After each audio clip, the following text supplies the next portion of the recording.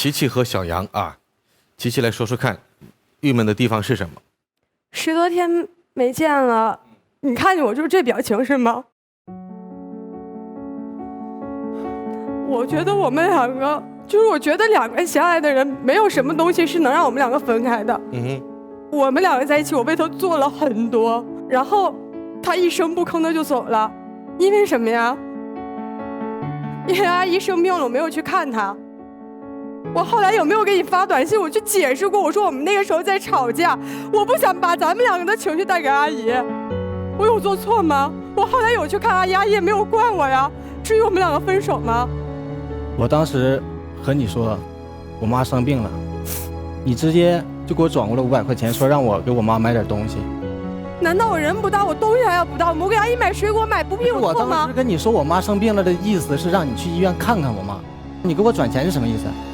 我是乞丐吗？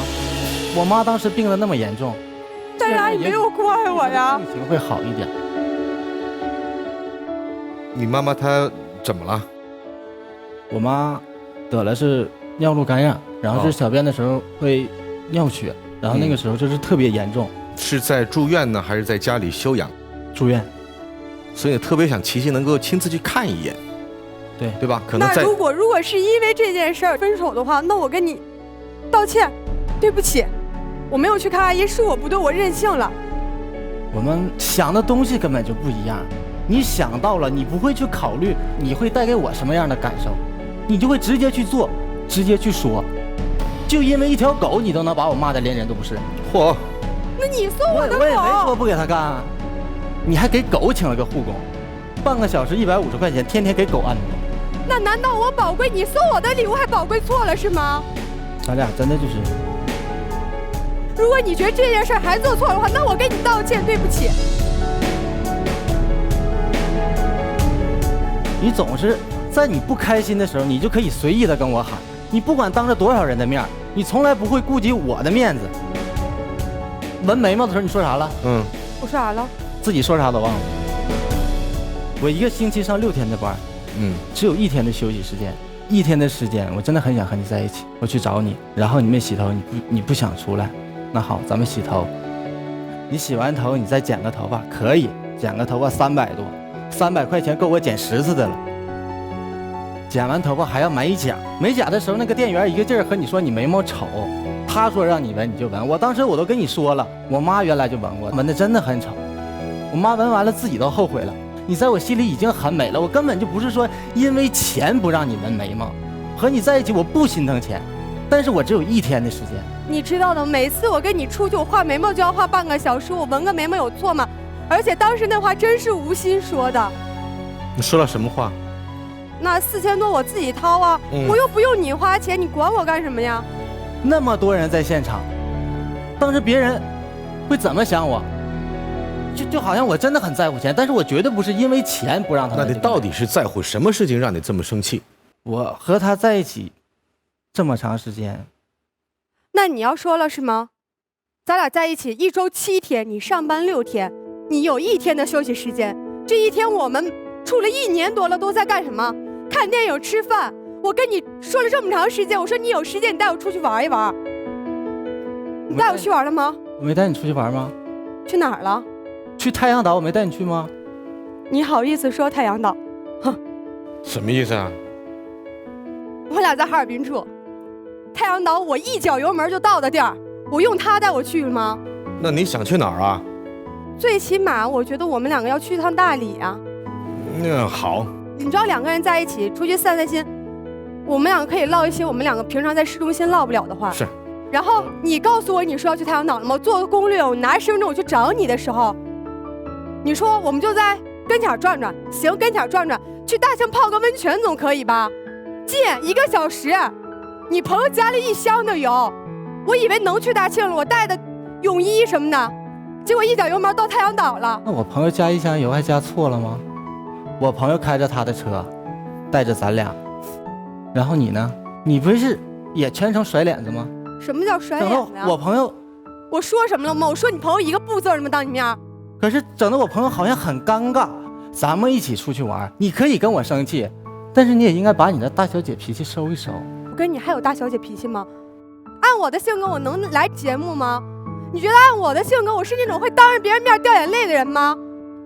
我没有吧，我10多天没见你，我很想你。有一点想问一下，你是干什么的？我在我爸爸的公司当财会啊，也是才工作。我怎么感觉你日常的闲日子比较闲呢？你不是一直在等他带你出去玩吗？啊，我们俩刚处的那1年，我是没有工作的。对，现在是有工作。后来我们2个在一起，也是考虑到一个人的经济实力肯定抵不过2个人的，也不可能我天天。你一个月赚多少钱？我月赚4000多。啊，我想问一下小杨，你是做什么工作的？我在贸易公司上班。评估一下月收入5、6千左右。琪琪和小杨是在多久以前认识的？14年，我们2个认识没有多久交往了。在什么状况下？通过微信嘛。其实我了解他心里很多的压力。我也有在去努力的把这些压力变成没有。像他说，我有很多时候说话会不顾及他。我有知道因为有一次我们2个因为这事吵架了。当时也确实是我不对，因为我一直在开我妈妈的车嘛，他没有车嘛。然后有一次我们2个在饭桌上吃饭的时候，我当时也是因为想换车，然后再加上我也心疼他，我有说过，我说爸妈，要不你把我现在用的车给小杨开，然后我再买一辆新车。其实当时他有后来跟我说，他说这样你会让我很尴尬，就局面很囧，好像我在吵你要车，其实根本不是。但是我当时是心疼你，我不想让你去挤那公交车。我知道你对我是好心，你知道咱们4个人坐在一起，他爸他妈同时在看着我的时候，那种感觉就是那种，就好像是我跟他说了多久，就好像是我就特别想要他这个车。结果呢？我跟你说过一句话，你还记得吗？我说我跟你在一起第1天我就知道你什么经济状况。我说过我愿意跟你俩去吃门口那8毛钱的涮串。我也愿意陪你穿牛仔裤白 T 恤。我当时喜欢你就是喜欢你这个人，喜欢你的经济状况，喜欢你的所有。但是我想给你更好的东西，我想通过我自己的努力，我是个男人，我都这么大了，我有自己的工作。说到钱，我不知道你把我当什么。去年5月20号。我觉得这就是一个很平常的一个日子。那天我要出差，我本来想出差回来给你买礼物，但是你和我说今天这是520，你应该留下来陪我。好，我留下来陪你，让我的同事去出差。等第2天早上起来，我看床头上摆1000块钱，不是你拿我当什么了？为什么会甩1000块钱在你床头？因为他每次出差他有津贴费，然后他那次确实我是有些任性，我说要不咱不出差了。他说我有差旅费，他说没有差旅费怎么给你买礼物？我说我不在乎那礼物，我说要真想拿差旅费给我买礼物，我说我把差旅费补给你，你陪我过个520。你给我1000块钱，这叫什么事儿啊？你是瞧不起我吗？不是，我是为了留下来陪你，我不是为了要那个钱。那1000块钱呢？我给他了，收回去了是吧？我当然要收了，我知道这件事我做的不对啊。我和你在一起1年多，你说什么做什么，你总是会带给我伤害。有些东西我理解你，因为2个人在一起是需要磨合的。从乌兰奥特飞到哈尔滨1个小时20分钟，再飞回来2个小时40分钟。你妈心疼你，不想让你累，让我全家搬到哈尔滨。我妈有说你不搬到哈尔滨，咱俩我和我全家难道加在一起抵不住她姑娘那2个小时40分钟？我妈有说你家不搬到哈尔滨，咱俩就分手没，然后咱俩就不结婚了吗？没有说过吧？是你妈是想让我和你在一起啊？你妈让我把现在的工作辞了，跟着你爸干。我们家就我一个姑娘，我能撑起我整个家吗？我撑不起来。我妈当然希望我男朋友能帮我了，这没毛病。知道吗？你妈当时那种口气和我说特别瞧不起我。小杨，你的家是在哪里？我的家在内蒙古乌兰浩特。琪琪呢是在哈尔滨。我家本市。小杨是在哈尔滨这边工作是吧？对。那为什么又会由琪琪放乌兰浩特就是往返的这样一个事情？我俩过年，我跟我妈在商量，我说要不今年过年我就去那个我男朋友家里那边过吧。正好我想看看他妈妈。我妈当然也想过年了，和亲家能一起坐在一起吃个年夜饭什么的，大家伙其乐融融。我妈没考虑那么多，我妈可能说惯着我，但是你没想那么多。但是我是男生，你妈直接跟我说，你们全家搬到哈尔滨来吧。你飞个来回能有多累呀？加一起才2个小时40。所以我有说过，我因为跟你分手之后，我也有跟我妈不停的在吵架。我觉得我妈有很多事情做的也不对。会不会是琪琪她妈妈对你跟她闺女在一起谈恋爱，她不太满意？我觉得是这样。你为啥这么觉得呀？我刚才说的不算吗？就这么2件事儿，不会让心疼我。那次咱们仨在车里开车出去，你妈当着你的面说啊，你有个世家家的孩子特别好，又高又帅，家里还有钱，从小就喜欢你。我不够好。他高，他帅，他有钱，跟我有关系啊！我喜欢你啊！你当时怎么不说话呀？你当时可啥都没说。我为啥要说话呀？你当时不说话，不就是默认了你妈说的对吗？他高，他帅，他有钱，跟我一点关系都没有。我喜欢你。你喜欢他什么？我喜欢他长得帅。OK。太敷衍了，我不这么闹，不闹了。我俩挺正式的一个场所。还好啊，喜欢他长得帅，理由一成立。还有，其实他对我挺好的。他每次上我家都挑我妈喜欢吃的水果买，我妈爱吃山竹，其实哈尔滨那地儿山竹挺贵的，可能他自己都舍不得吃。他给我妈买，我姥身体不好，他给我姥姥买豆腐粉，很细心。他为我做的所有我都知道，他的压力我也都懂。所以我跟他在一起，我也在尽可能的让我们之间的这些压力不爆发，但是我不知道为什么1年了，他到底还是爆发了，我也很害怕。好像你还没懂他的压力根源呢，姑娘。我知道。其实他不是不喜欢我了，是吧？我没说错吧？所以说我才会不停的这10多天往你家跑，去你家找你堵你，我就是想我们之间能把这个问题全部都发掘出来，我们去解决它。咱们2个根本就是2个世界的人。怎么是2个世界人呢？你不用努力，你就可以得到很多别人努力都得不到的东西。但是我不行，我靠不了别人，我也靠不了家里。你什么时候意识到这个问题的？时间长了，真的就能感觉出来。就连他朋友的服装店开业，走到门口，我连走进去的勇气我都没有。什么状况？他说他朋友的服装店开业让我去，到那儿了，我以为是明星聚会呢，爱莎山庄，签名牌，男生一个都西装革履。戴着墨镜，女生高跟鞋、羊裙，现场摆着红酒、香槟、冷盘，摄像、合影，真的，我穿成那样，我怎么和你进去？你穿什么？你长得帅就够了。不是，他们穿西装都没有你长得帅呀。可是我进去，我是在给你丢人，我给你丢人的同时，我也觉得我自己很丢人。我不是你，我不要那些朋友了，可以吗？我不要那些朋友了，可以吗？你可以过得很好，你不应该，你和我在一起以后被我把你的。我有说过我愿意跟你穿牛仔裤、穿白 T 恤。可是我不想因为你和我在一起之后，我把你的生活水平拉下来。我不觉得那是拉下来，我觉得很幸福，我跟你在一起很幸福啊。可是我想给你好的东西，可是我给不了你。算了吧。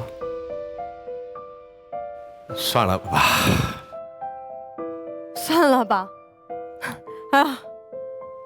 在一起1年，你第1天和我在一起，你怎么不说算了吧呢？你觉得1年了就只有你付出是吗？大哥，只有你付出了是吗？大哥，是吗？我知道你很惯着我啊，想带我去看阿妹演唱会。你知道那票怎么来的吗？1张阿妹演唱会3000，2张票6000，是你1个月的工资。我不心疼你吗？你要买，我说我朋友。买了不想去跟男朋友，低价给转给咱俩。我什么朋友那么傻呀？3000的票500转给咱俩，还不是我花3000去买的。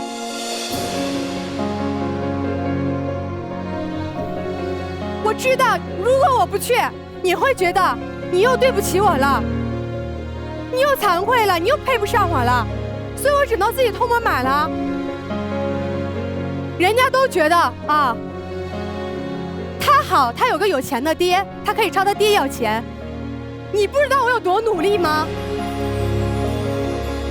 ？1年了，我学的这个专业，我知道我以后很难就业。如果我学空乘，我去当空姐，我没有很长时间会见不着面。我想你，我没有办法去干这个事业。那可以啊，我只能上我爸的店去干。4000块钱，我知道哪块开业了，你都想带我去吃。我怕你带我去吃这种地方，我怕吃一顿饭700-800块钱，你心疼，我又不能老抢着买单，因为你是男人，我知道啊。所以说，我也不愿意伸手朝我爸要钱。你真的知道那种身上的钱加起来都不够付一顿饭钱的那种感觉吗？所以我那天有说，我说我们两个出去吃顿饭吧，姐请客，我是不是这么说？我开玩笑说的吧。当天是我不对，因为我习惯性的了，买单的时候，服务员账单就直接递给他了，我没抢过来，我不对了，我应该把账单抢过来。多少钱？账单上显示800块钱，2个人。你当时兜里有多少钱？不到400块钱。那囧在那儿了。我错了，那件事是我错了。然后我当时服务员是把那个单子，你知道哈尔滨的服务员他就是真习惯性的都把菜单给男生嘛？那东北人我们都是。对呀，所以说你体会不到这种感觉，因为你有钱啊，你有卡呀，你今天喜欢什么买啊，明天喜欢什么刷呀。但是我不行啊，我1个月就6000块钱。我喜欢什么买，喜欢什么刷，1年多了，大哥，我给自己买过什么？你冬天时候你说你跑外面，你想要个帽子，我有没有给你买？我自己喜欢了很长时间的包我都没有买。帽子多少钱啊？我们能不说吗？好吧。咱们两个根本就是2个世界的人，我可能很努力，都得不到我想拥有的东西。接下来我们请到4位嘉宾减压面对面。刚刚女孩说一句话，说我不会来这种节目的。说实话，我挺敬佩你能来这种节目。我有很多朋友的，他们都会看的。女生能够主动的站在台上来挽回一段她想要的爱情，是着实不容易的。但是回过头来，我就想问你，那你认为你们2个的问题在哪里？我家里一直给他的压力也很大，我知道就是后来他有朋友跟我说过，原话是这么跟我说的，觉得使劲够能够上我，但是后来他朋友说，你知道为什么他有时候他说他加班都不愿意去找你吗？我说我不知道，他说因为他多年啊，你们2个在一起，他每个月的工资都不够你们2个花。我当时听完之后，我真的他说他这么做怎么能得到你爸妈的认可？你觉得你朋友说的是事实吗？假设你俩走在一起了，未来5年不靠你爸爸，只靠你的工资和他的工资，你觉得你会过得开心和快乐吗？我和他在一起我就开心。我试想一下，你不会过得开心和快乐，因为你们2个刚刚吵架的时候，你会说一句话，你说我不是为钱，他也说我不是为钱，但你们所有吵架内容都跟钱相关。不管是吃8毛钱的烤串也好，还是你给他买的帽子我们不知道价格也好，都跟钱相关。你的爱情当中如果没有钱的话，我不相信你们2个还能过得非常开心，因为你的生活是他自己说的原话叫够不到的，而你也没有办法屈尊你的身姿去够他的生活。不管是你也好，还是你的家人也好，你们并没有真正尊重他作为他这个人的一个存在，你们只是认为他没有达到你们家的标准。所以回过头来，我觉得对男生来讲也是一样的，你觉得他们家所有人瞧不起你，你自己能瞧得起你自己吗？所以你很自卑，你害怕面对问题。那回过头来，当问题真正出现的时候，可能最需要做的就是你们2个都去共同解决，但是你们从来不去面对，也不去解决，你只是尽力的在用你认为可以讨好的方式去讨好他，但是你的确这样做得很累，所以你今天会离开。可是我心里边还是可能会有我自己的小小情节，我至少认为对于女孩来讲，她是蛮单纯的，而且蛮直接，没有什么心计的。我更加觉得问题在你身上，所以个人认为，如果你可以的话，不妨尝试一下如何去解决你们俩的问题，如果你足够爱他哦。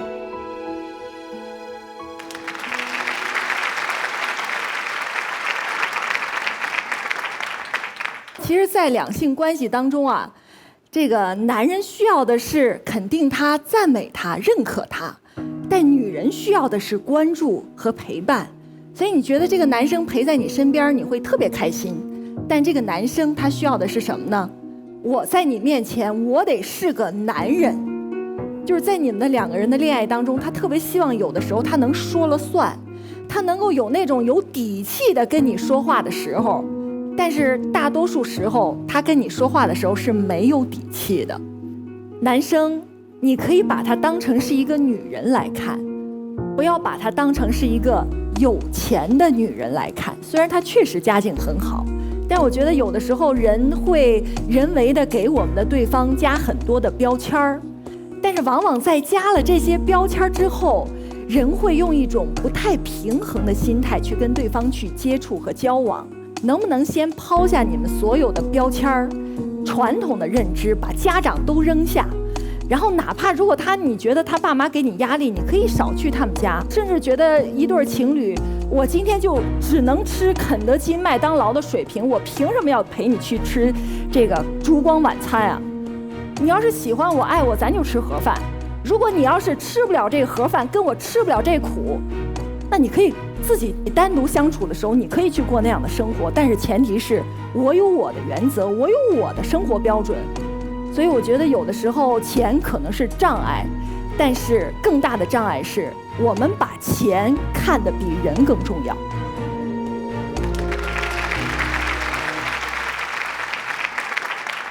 其实我蛮喜欢琪琪的个性的，很直接，然后我觉得她对爱情的投入也很多，其实她也是蛮付出的。不过发起脾气来，就是演恐怖片一样，所以我希望这一点你要收敛。你们2个之间，我看到的问题是你的问题比较大，你自卑，你像一个刺猬，你要说一句话，不管有心无心，你就被刺到了。你这件事情跟他无关，你信不信？今天你跟他分手了，难道你就自信了吗？这样跟分手的时候，如果遇到一个女的朋友又开始嫌你穷的话，你又跳起来了。你要知道，我有很多的朋友真的是老公穷，老婆很有钱，但他们依然过得很开心。你知道为什么吗？因为这个男的他不自卑啊。说实话，他出去只要是贵一点的旅游，都他老婆出钱的。可是我们朋友为什么不会瞧不起这个男的？不会说，你干嘛吃老？没有，因为这个男的他没有瞧不起自己，他就说我老婆有钱啊，至少我不花老婆的钱。就让我们羡慕的是他们恩爱，而忘却他们贫富的差距。这样听懂没？你们越是不恩爱，外人越会看你们贫富的差距，越有人会说闲话，指指点点。所以我认为，如果要继续在一起的话，你这个自卑的心态要放下，好好的爱他，证明你的幸福。我觉得这样子还是有为可以在一起。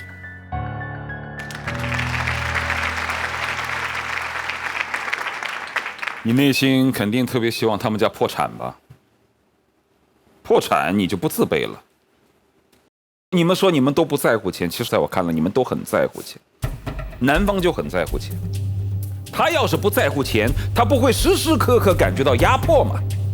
他时时刻刻感觉到自己没底气，时时刻刻感觉到在你面前抬不起头，这就是在乎钱的结果。那个所谓的开业典礼，谁规定开业典礼一定要西装革履啊？我听说刘若英有一句台词我特别喜欢，你以后可以这样用你。当他觉得我穿着牛仔裤怎么能参加这么盛大的活动的时候，你就应该用这句话告诉他，说你土老帽了吧？这年头什么叫时尚？就是越是事儿的环境，你越要穿的不是事儿的，不在乎，明白吗？同样是一句这样的鼓励说给他听，他内心那种自卑感就会消减很多。另外你还在撒谎，你说我很爱他，所以我不愿意让他跟我过苦日子，他本来可以过那样的日子。你错，是因为他过他那样的日子对你产生了太多的压力。如果你要是真的觉得我只要爱这个女人，凭我现在的薪水不至于让她过得太差，当然也过不了她那样好的生活，但因为她是我的女人，所以她就嫁汉吃饭，我只要坦诚的心对她就可以了，而未必要给她父亲给她那样的生活，因为也许你这一辈子都不可能达到她父亲那个状态。而对于女生来说，口口声声说我可以放弃这个，我可以放弃那个，我努力了这么多，我努力了那么多，我只能说你是努力了，但努力的远远不够。别的不说，就说那一句话，他母亲生病，你给他打500块钱，你的家庭就是那样的，没有告诉过你更多的影响和更多情商的提高，所以你才会做出那么愚蠢的举动，连基本的尊重都没。我看啊，你们俩之间真的很难跨越金钱，虽然这中间金钱的跨度并不是特别的大，但很难。男生在这种自卑是根深蒂固的，而对于女生来说，你有没有必要用委屈自己的方式来维持对方的自尊？你维持不了多久。你说今天是他爆发了，是不是？如果他不爆发，改天就是你爆发。你会说，你看，演唱会我瞒着你自己买的票给你，是吧？你看我本来想要去哪儿，我委屈着自己不去，委屈到一定程度就会爆发，就像他现在委屈到程度就会爆发是一样的。那是因为你们都觉得为对方的付出是一种委屈，而不是一种享受。爱情确实不分贫富，但婚姻必须门当户对。如果想要跨越这层差距，就彼此进入到对方的消费和生活层次。如果做不到，就别说对方给自己压力，因为有一句话形容爱情真的挺好，自作孽不可活，谁让你选的呢？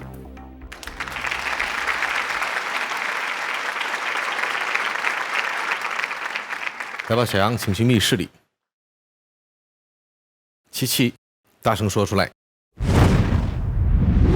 让我牵住你的手，不再放开，让我陪你走下去，哭了相伴，感谢你让我领悟，让我大声说出来。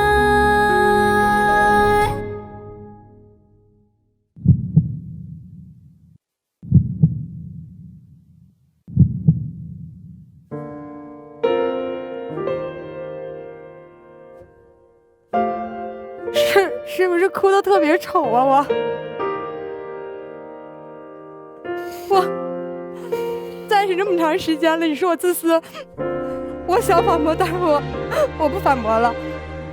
大家说你自卑，我知道，可能你不是，你就是觉得你不想让我过不好的生活，但是我只能我不知道说什么，我只能说我在这等你。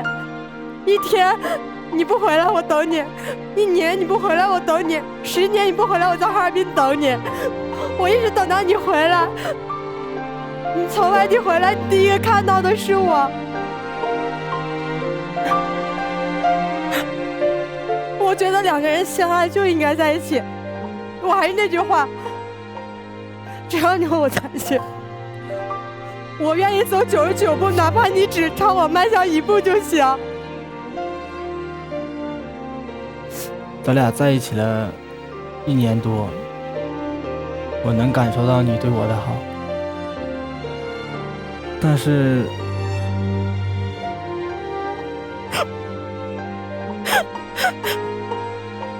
我觉得我们就是不同世界的人。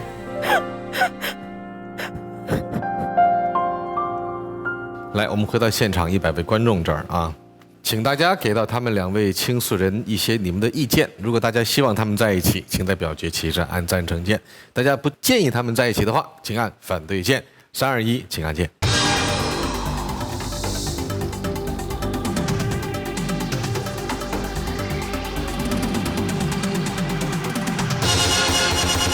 现场78%的观众还是希望你们在一起的。那接下来呢，会为琪琪升起选择柱。面对选择柱，你有2个选择：第一，转身离开；第二，你继续留在舞台上，等待选择柱升起。你要摁下这个红色按钮。那红色按钮按下之后呢，密室门会打开，小杨会不会从密室中出来？那是一个未知数，我们等待他会做出怎样的抉择。好，接下来请为琪琪升起选择柱。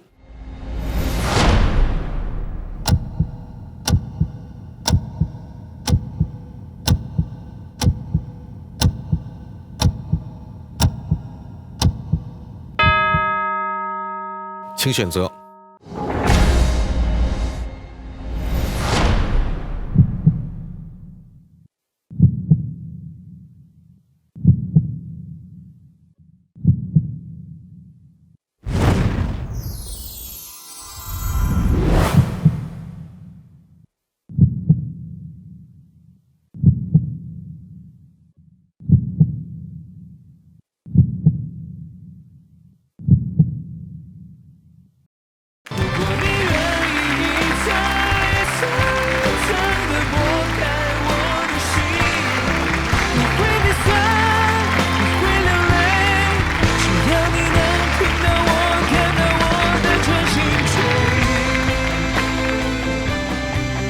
我们两个是不同世界的人，但是我想再努力一次。我不傻了。那你们为什么这么选择？我想给我们俩一个再来一次的机会。我觉得夏老师说的真的说到我的心里去了，就是应该认清自己。如果你真的想和他在一起，让别人忘掉你们俩之间的差距。我觉得夏老师，谢谢夏老师，谢谢你们啊。